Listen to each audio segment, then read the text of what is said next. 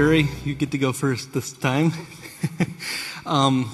You talked and you've written so much about the gospel being for believers, for everyday life. It's not just for unbelievers, it's for us in the Christian life. And you said this morning that you didn't always believe that. At one time you thought it was just for unbelievers and it's something that you begin the Christian life with. How did you make that discovery, and when did that click in your mind that the gospel is for believers? It really started out in the early 1960s when I was serving with the Navigators in Holland and going through some real struggles, and Satan was on my back a lot. And out of sheer desperation, I started preaching the gospel to myself using passages like Isaiah 53:6, all we like sheep have gone astray, we've turned everyone to his own way, and the Lord has laid on him the iniquity of us all. And singing some of the old gospel hymns like Just As I Am Without One Plea, But That Thy Blood Was Shed For Me, O Lamb of God, I Come. And so I was doing that, but unfortunately I did not connect the dots. I mean, I thought that was just me. And it was several years later than that I realized that really what had occurred in my life was a significant paradigm shift from just thinking the gospel was for unbelievers to realizing it was for me. And then I began to share that and to teach that to other people.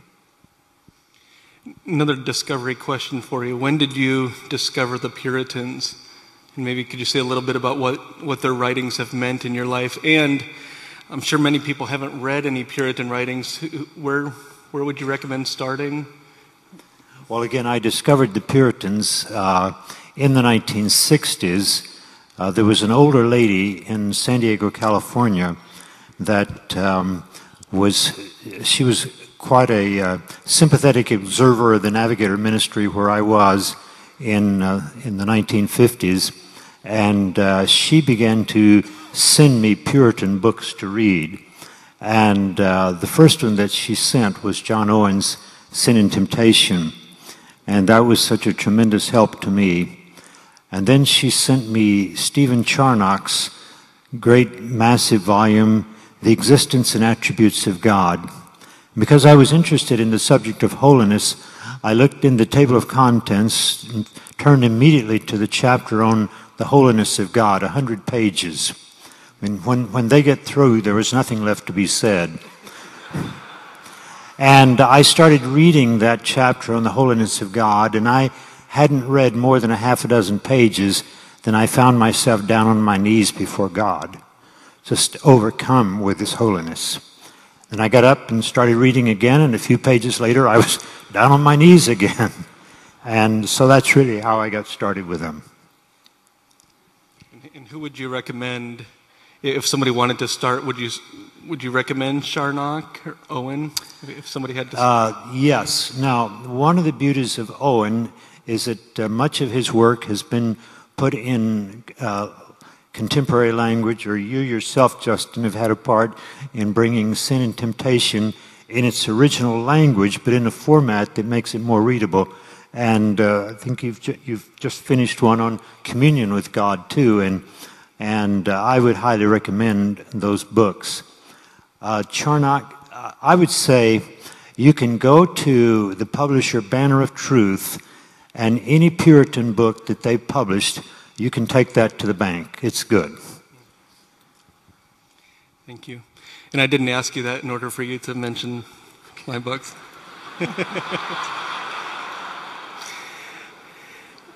Randy, I want to switch to you. And keeping on the topic of books, I know that when you travel, you carry books along with you and you give them out. And I know the Lord has used that small step of faithfulness in just some really powerful ways. I wonder if you could share a story or two on that.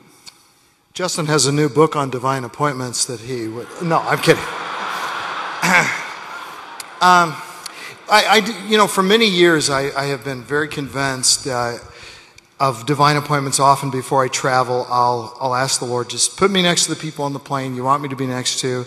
meet people in airports, meet people, taxi drivers. You want to meet people from all over the world that's taxi drivers. They had more opportunities to share the gospel, give a book. I usually have some of my smaller books along, usually something evangelistic, sometimes,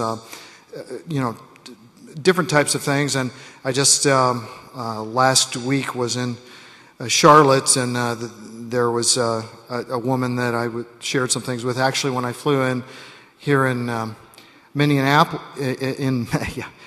Minneapolis, there was a woman in the airport who had asked me a question, and she was an older woman who was a little distraught because her baggage hadn't come in. And I told Nancy, I feel like I should go back to that woman and bring her book. So I took my book, 50 Days of Heaven, and I walked back to her. And as I was walking toward her, she's walking the other way, she fell. And so I came, and several other people came, and we were able to help her out. She was then they got a wheelchair for her. She was put into the wheelchair, and I'm talking with her and making sure she's okay. And she knows I'm the guy that she had talked with earlier about the baggage. So I looked at her and said, ma'am, the reason I came back was because I'm a writer. I just wanted to give you one of my books. I said, should I put it in your bag with your baggage here? Or her husband was there with her. She says, oh, no, I want it now. And so she sits there, she starts reading it, and then she's being wheeled away in a wheelchair. And I thought, now here's a woman who has, for one thing, she can actually read when she's walking, she's not walking through an airport, she's being wheeled through the airport. But secondly, she just had a scary experience that reminds her of her own mortality. And I see God do that over and over again. I one time was walking through the airport in Chicago, and there was a girl sitting there, and she was reading her Bible, and I only had one book in my briefcase. I always pray, the Lord, help me to have the right book for the right person. So, and it happened to be my novel, Safely Home, which I usually don't carry with me, because it's a larger book. I usually carry the smaller ones.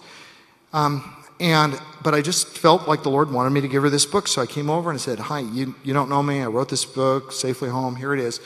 I handed it to her, and I was kind of late for the next connecting flight, and so she said, well, thanks, and that was it.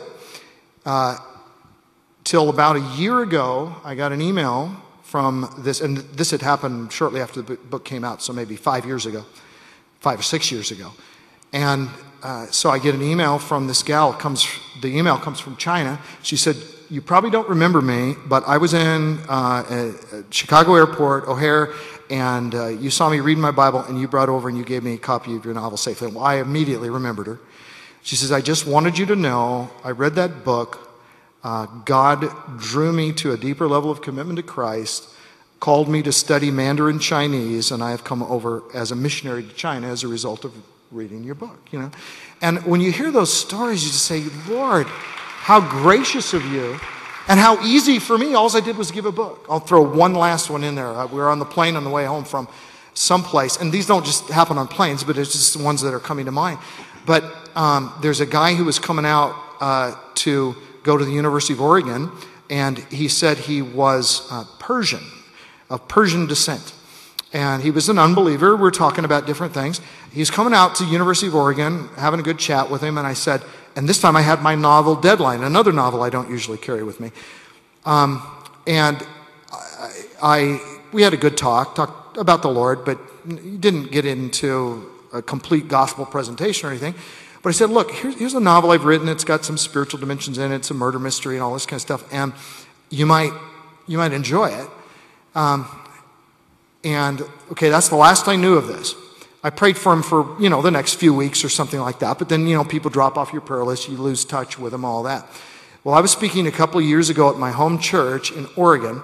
This gal comes up to me, and she says, are you Randy? I said, yeah. She says, well, I'm going to tell you a story. I know you don't know this, because this guy told me he's never told you, never tried to contact you. But do you remember a guy, Persian guy, you gave him your novel? Oh, sure, yeah, I remember him.